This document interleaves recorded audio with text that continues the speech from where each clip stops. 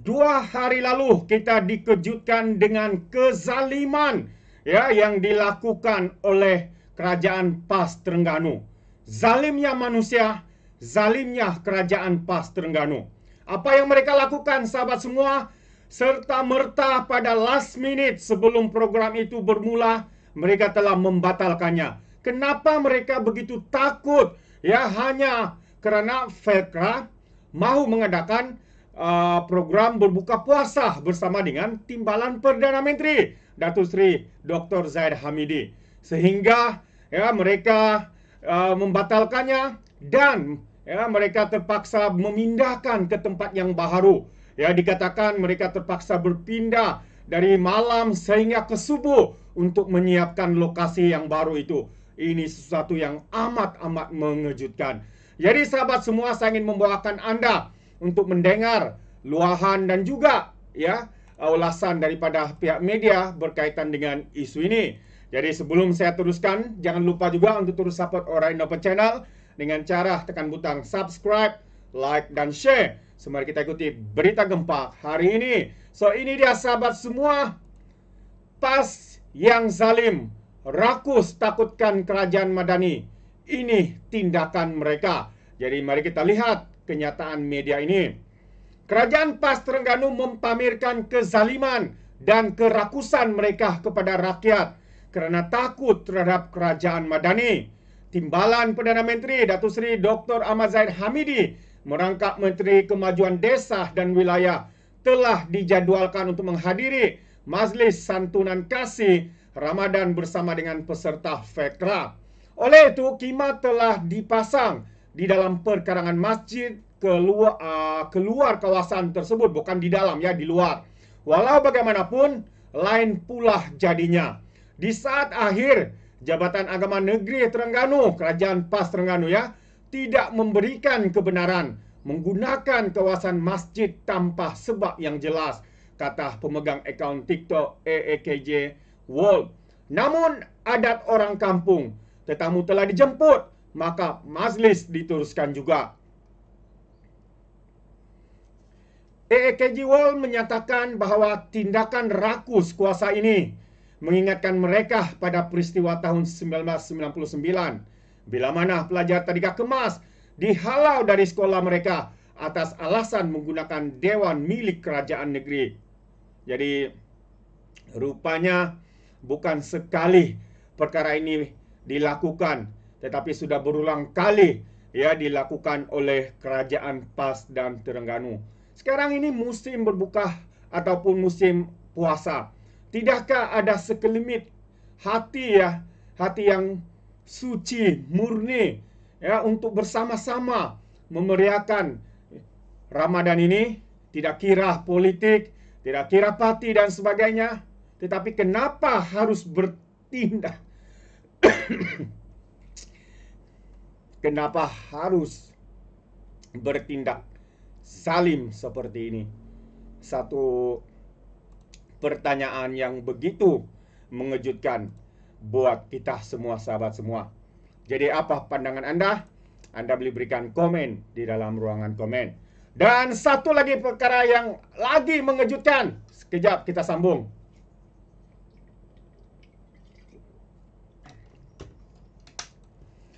Satu lagi perkara yang dilakukan oleh pemuda PAS.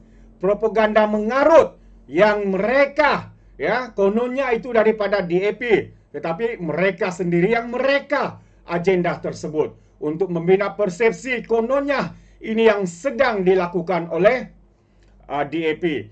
Kenapa mereka begitu takut dengan DAP sehingga mereka membuat berbagai strategi jijik seperti ini di bulan puasa lagi itu. Jadi pemuda PAS telahnya aktif akaun FB selepas kongsi Dakya Grand Plan DAP. Sedangkan mereka sendiri yang membuatnya.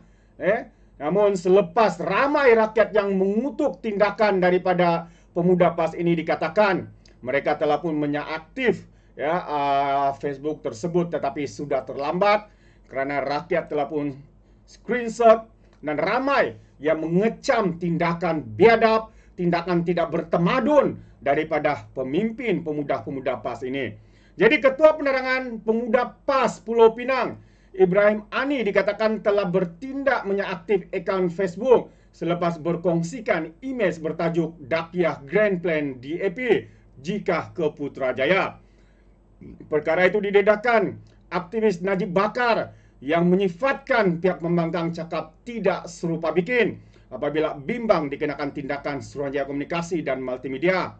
Mereka ini banyak sembang sahaja katanya. Konon nak bangkitlah, berjuanglah, takkan bila kena report SKMM dah lari, katanya menerusi di Facebook sebentar tadi. Beliau menegaskan, ya, senarai plan besar DAP itu antaranya Malaysia bertukar jadi republik dan Islam tidak lagi menjadi sebagai agama rasmi, sebagai amat ketara dan tidak masuk akal. Hanya yang sengit otaknya saja yang boleh percaya. Ingat tak masa kempen PRU, sampai level cigu pun kata kalau Anwar jadi Perdana Menteri, habis budak perempuan kena pakai skirt pijeh ke sekolah. Biasa dengar, benda paling tak masuk akal, tapi ramai yang percaya.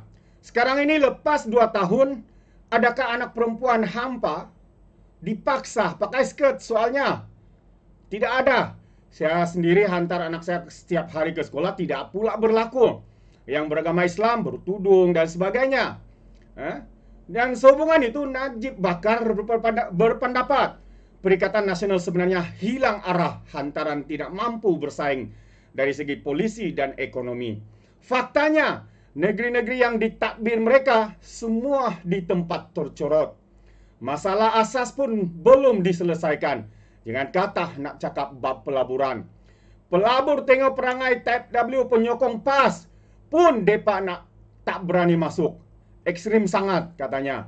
Jadi bila tak mampu bersaing dari segi idea, cuma tinggal satu sajalah, mainkan sentimen perkauman dan agama. Masalah 1-2 individu dijadikan seolah-olah seluruh kaumnya begitu. Mana boleh pakai rata? Ya, mana boleh pukul rata? Kata Najib lagi. Wow. Jadi banyaklah sebenarnya sahabat semua. Kalau kita lihat, kita pertontonkan, kita cuba baca. Ini antara kononnya propaganda yang DAP kalau jadi kerajaan. Malaysia bertukar jadi republik. Islam tidak lagi menjadi agama rasmi. Ketua negeri dan bukan Melayu. Hapuskan raja berperlembagaan. Laungan kuat azan tidak dibenarkan. Hapuskan tilawah Al-Quran. Hapuskan pekidah perkasah seumpama. Kawin antara agama digalakkan. Waduh, terlalu banyak ya fitnah hasutan yang dibuat oleh Ketua Penerangan Pemuda PAS Pulau Pinang, Ibrahim Ani ini, sahabat semua. Di mana akhlak mereka di saat bulan Ramadan seperti ini? Sanggup mereka menyebarkan kebencian, sanggup mereka menyebarkan fitnah. Yang saya tahu perkara ini tidak pernah pun dilakukan ataupun ditulis oleh pihak DAP.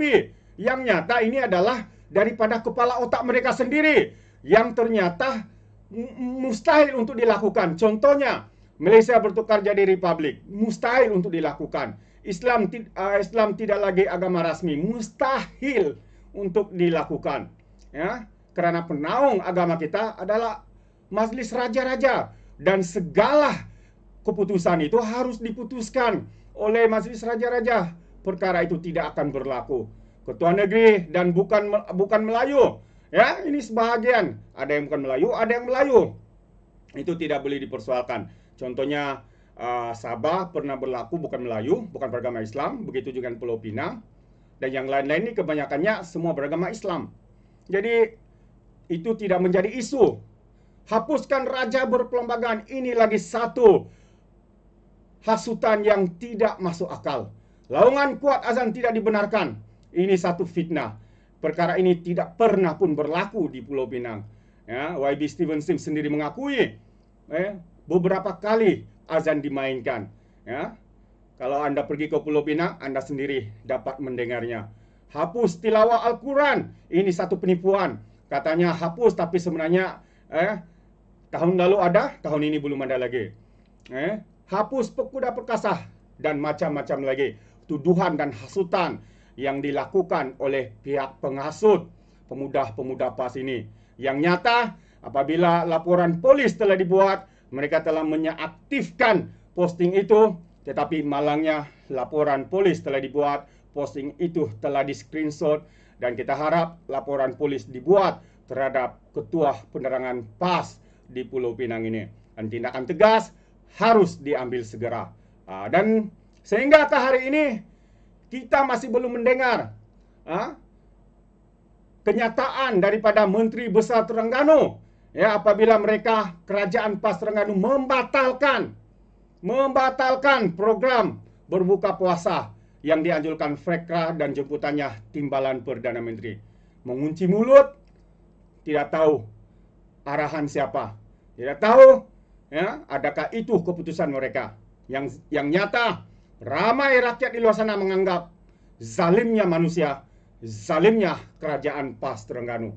Itu pandangan rakyat di luar sana. Jadi apa pandangan Anda, sahabat semua? Anda boleh berikan komen di dalam ruangan komen. Terima kasih. Izinkan saya untuk mengundurkan diri, dan seperti biasa peribahasa mengatakan, tapapun tangkap 2 ton keinginan. Dalam bahasa Melayunya, tepuk dada, tanya selera. Sekian jadi daripada Orek Napa Channel. Saya kita berjumpa lagi. Bye-bye.